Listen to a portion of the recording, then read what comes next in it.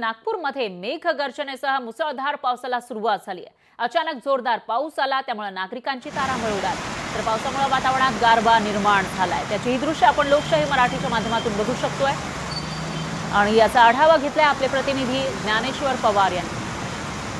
उपरात्री नागपुरामध्ये जे आहे ते मुसळधार पावसाला सुरुवात झाली आहे। आपण पाहू शकतो की सकाळपासून जे आहे ते नागपूर शहरामध्ये ते कडक असा ऊन पडत होता, मात्र अचानकच वातावरणामध्ये जे आहे ते काळोख पसरून जे आहे ते या ठिकाणी पावसाला सुरुवात झाली आहे।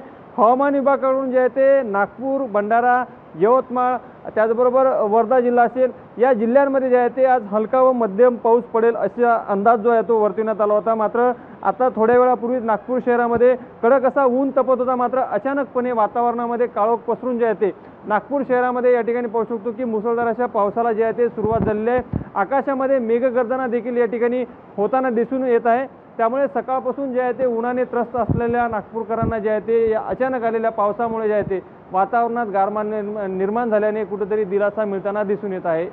लोकशाही मराठी करता मी ज्ञानेश्वर पवार, नागपूर। लोकशाही मराठी ऐका, पहा, जागरूक रहा।